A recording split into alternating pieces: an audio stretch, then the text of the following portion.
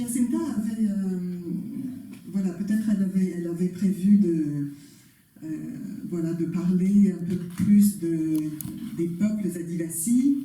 Il y a eu tout un séminaire en fait hier à l'université aussi où on a passé 2 heures qui étaient absolument passionnantes, qui ont d'ailleurs été enregistrées aussi et qui seront disponibles en ligne. Si certains d'entre vous sont intéressés, vous pouvez entrer en contact avec moi et je vous donnerai le lien.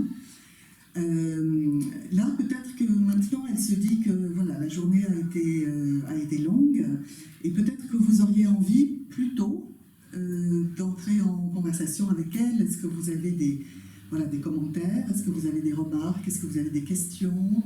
Des choses à dire après avoir écouté donc ces poèmes? C'est vrai que de les entendre dans ces 3 langues, ça introduit un jeu dans tous les sens du terme, et cette fluidité en fait qui participe à ce combat de la liberté dans lequel elle est engagée.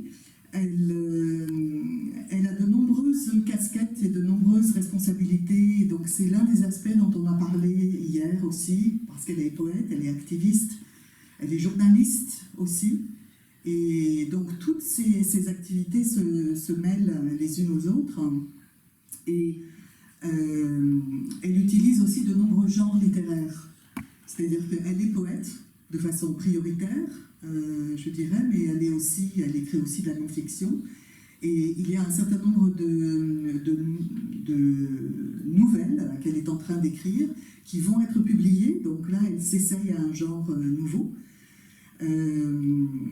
Et elle travaille aussi ses mémoires.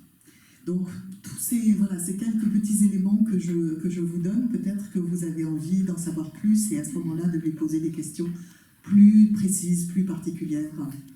Peut-être que ce serait le moment. Voilà.